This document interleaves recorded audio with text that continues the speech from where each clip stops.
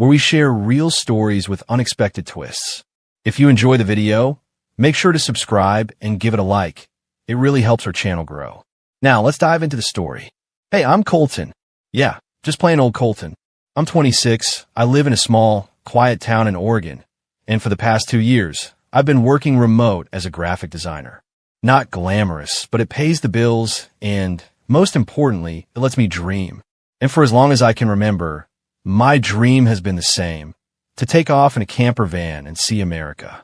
As a kid back in Ukraine, I used to draw little sketches of my future house on wheels. I'd tape maps to my bedroom wall, circle cities I wanted to visit, and imagine myself just driving, stopping wherever I wanted, meeting people, living free. It sounds crazy now, but that childhood obsession stuck with me. And a few months ago, I found her a beat-up Dodge B350 van, dusty, rusty, and perfect. I spent weeks rebuilding it, transforming the inside with a small bed, storage, a camping stove, even a tiny solar panel setup. My friends thought I was out of my mind. I didn't care. I called her the Voyager. So now it's finally happening. This morning I woke up knowing, this is it. I'm leaving. I spent hours packing the last of my things. Clothes, my camera, an old coffee mug I can't live without, books I'll probably never read, but feel better carrying anyway. As I was strapping the last bungee cord to my bike rack, I heard a voice behind me. Going somewhere. It was Maris, my neighbor. She's about 42, but you'd never guess it.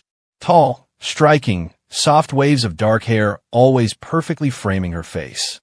I've seen her coming and going, sometimes watering the flowers in her front yard, sometimes just standing on her porch with a glass of wine, staring at the sky. We never talked much, just a casual hi and bye. I knew she had recently gone through a divorce. I also knew she lived alone now. I wiped the sweat from my forehead and smiled. Yeah, actually, I'm about to finally do it. I'm taking off to travel the country. Her eyes lit up. In that, she laughed, motioning to my old van. Yep, I chuckled. She's not pretty, but she's ready. Maris walked over, curious. Wow, that's pretty incredible. Not many people actually chase their dreams. I shrugged. Took me long enough. Then, completely without thinking, I joked. If you were my age, I'd invite you along. She tilted her head, gave me this knowing half smile, and said, What are we waiting for? I froze. It was like time stopped. I stared at her, trying to figure out if she was serious or just teasing me. Wait, what? I stammered. Maris laughed again. I mean it. I've got nothing keeping me here. I haven't done anything spontaneous in years. If you'll have me, I'm in. I rubbed the back of my neck, completely caught off guard. I had never imagined someone like her, my gorgeous, elegant, older neighbor, actually wanting to jump into a van with me and drive off into the unknown. Are you serious? I asked, probably for the third time. She nodded firmly. I'm dead serious. I smiled nervously. Well, go pack then. Maris gave me a quick wink and hurried back to her house.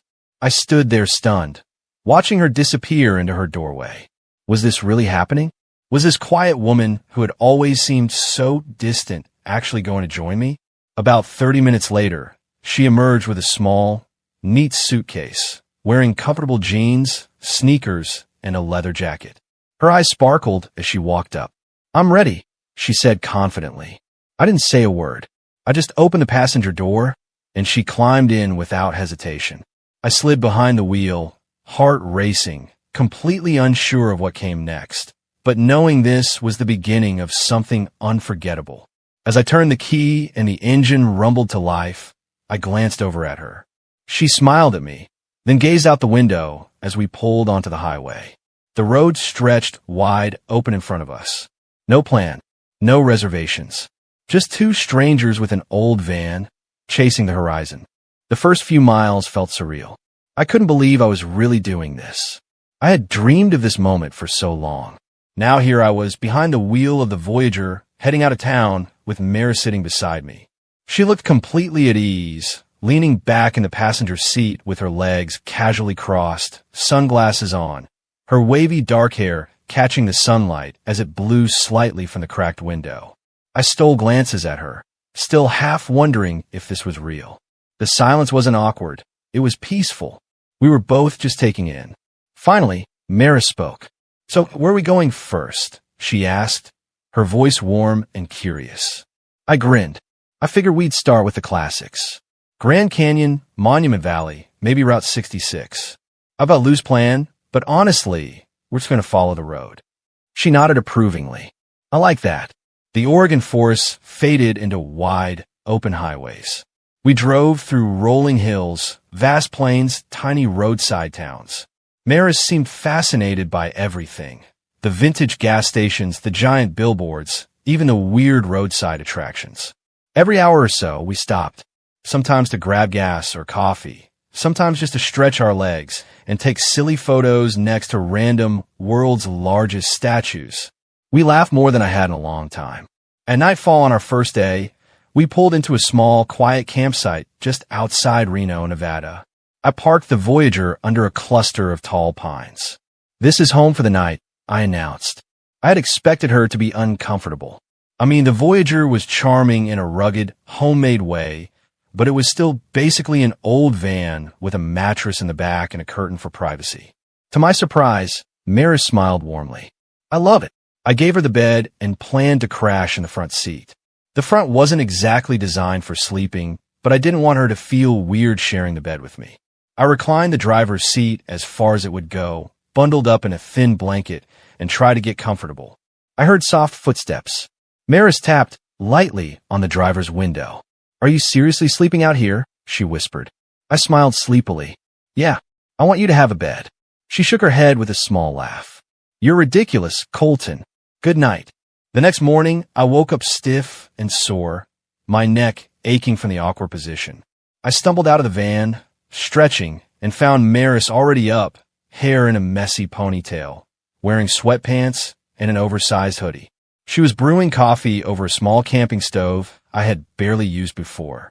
"Morning, road warrior," she teased. I chuckled and rubbed my eyes. "You're full of surprises, Maris." We sat on fold-out chairs, drinking coffee and watching the sunrise. It was quiet, peaceful. I realized then that this wasn't just about ticking places off my bucket list. It was about these small, perfect moments. The days that followed were a blur of movement. The Voyager handled the roads better than I had expected. We traveled down winding desert highways and through small towns that looked frozen in time.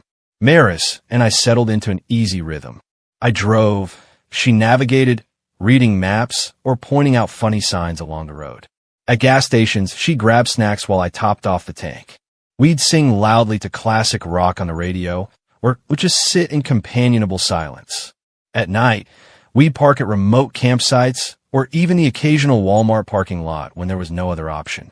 She always insisted on cooking, making simple meals like grilled cheese sandwiches or pasta with whatever ingredients we could find.